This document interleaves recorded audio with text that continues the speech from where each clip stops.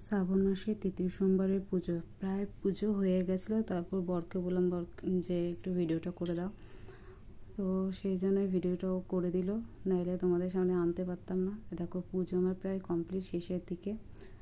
বলে বাবাকে স্নান করিয়ে খেতে দিয়ে দিয়েছি, প্লাস সবাইকে খেতে দিয়েছি, সব ঠাকুরদেরকে দিয়ে এখন ধূপকাঠি আর মোমবাতি দেখাচ্ছি।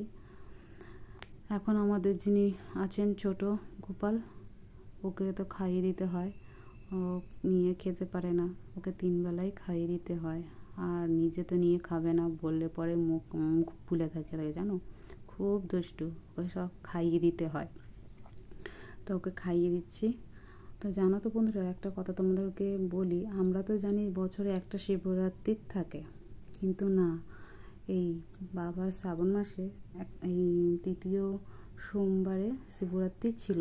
সেই জন্য এমনিতে তো প্রত্যেক সোমবারে আমি আরও উপোস থাকি, ঘরে ঠাকুরকে জল ঢেলে তারপরে খাই নিরামিষ। তো সেদিনও ছিলাম, মানে সেদিন এমনি তো ঘরে ঠাকুরকে জল ঢালি প্রত্যেক সোমবার, কিন্তু এই তৃতীয় সোমবারের দিন মন গেল যে মন্দিরে যাব, তাই তাড়াতাড়ি সকালবেলা উঠে পুজো দিতে বসে গেছি, কাজবাজ সেরে।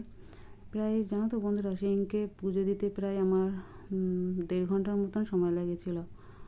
পুজোটা দিয়েই আমরা দুজনে মন্দিরে চলে গেলাম। খুব ভালোভাবে পুজো দিয়েছি, খুব একটা ভিড় ছিল না।